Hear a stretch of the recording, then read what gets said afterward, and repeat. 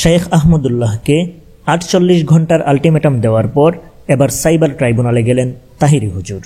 আপনারা জেনে থাকবেন, গত কয়েকদিন আগে শেখ আহমদুল্লাহ হাফিজাহুল্লাহ তিনি একটি কথা প্রসঙ্গে বলেছিলেন, রাসূল সাল্লাল্লাহু আলাইহি ওয়াসাল্লাম ৪০ বৎসর বয়সের আগে নবী ছিলেন না, বরং ৪০ বৎসর বয়সে যখন ওনার নবুয়ত প্রকাশ পেয়েছে তখন তিনি নবী হয়েছেন।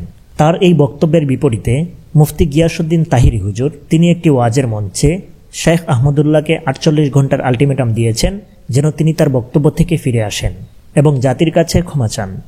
বলছিলাম ২৪ ঘন্টার ভিতর আলটিমেটাম দিয়েছিলাম মামলার জন্য, তবে উনি যদি ভুল স্বীকার করে তাহলে আমি প্রয়োজন ওনাকে সেলুট দিব। গিয়াসউদ্দিন তাহিরি বলেন, রাসূল সাল্লাল্লাহু আলাইহি ওয়াসাল্লাম শুধুমাত্র ৪০ বৎসর বয়স থেকে নবী নন, বরং তিনি সমস্ত সৃষ্টিজীবের আগে থেকেই নবী।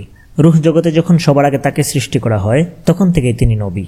গিয়াসউদ্দিন তাহিরির এই আলটিমেটামের পর ৪৮ ঘন্টা পেরিয়ে গেলেও শেখ আহমদুল্লাহ এ বিষয়ে কোনো বক্তব্য না দেওয়ায় এবার গিয়াসউদ্দিন তাহিরি শেখ আহমদুল্লাহর বিরুদ্ধে অভিযোগ করার জন্য সাইবার ট্রাইব্যুনালে গিয়ে উপস্থিত হয়েছেন। এ বিষয়টি নিয়ে সারা বাংলাদেশের ধর্মপ্রাণ মুসলিমদের মধ্যে তুমুল আলোচনা, সমালোচনা এবং বিতর্কের সৃষ্টি হয়েছে। সামাজিক যোগাযোগ মাধ্যম ঘেঁটে দেখা গেছে এদের মধ্যে গিয়াসউদ্দিন তাহিরির ঘরানার লোকেরা, বিশেষ করে সুন্নি মাজারপন্থীরা তাহিরির পক্ষাবলম্বন করেছেন, আর অধিকাংশ মানুষ শেখ আহমদুল্লাহর পক্ষাবলম্বন করেছেন। এ বিষয়ে প্রত্যেকটা ভিডিও এবং পোস্টের কমেন্ট বক্সে গিয়ে দেখা যায় বেশিরভাগ মন্তব্য শেখ আহমদুল্লাহর পক্ষে এবং গিয়াসউদ্দিন তাহিরির বিপক্ষে। কেউ কেউ লিখছেন তাহিরির জন্য গণধুলাই খাওয়া ফরজ হয়ে গেছে।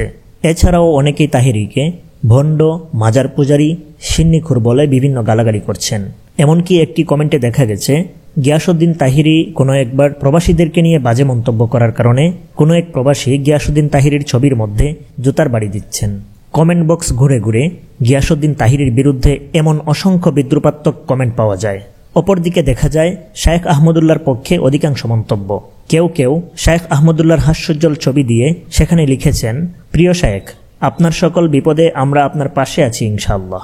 এবং সেখানে দেখা যায় লাভ রিয়েক্ট এবং কেয়ার রিয়েক্টের বন্যা বয়ে গেছে।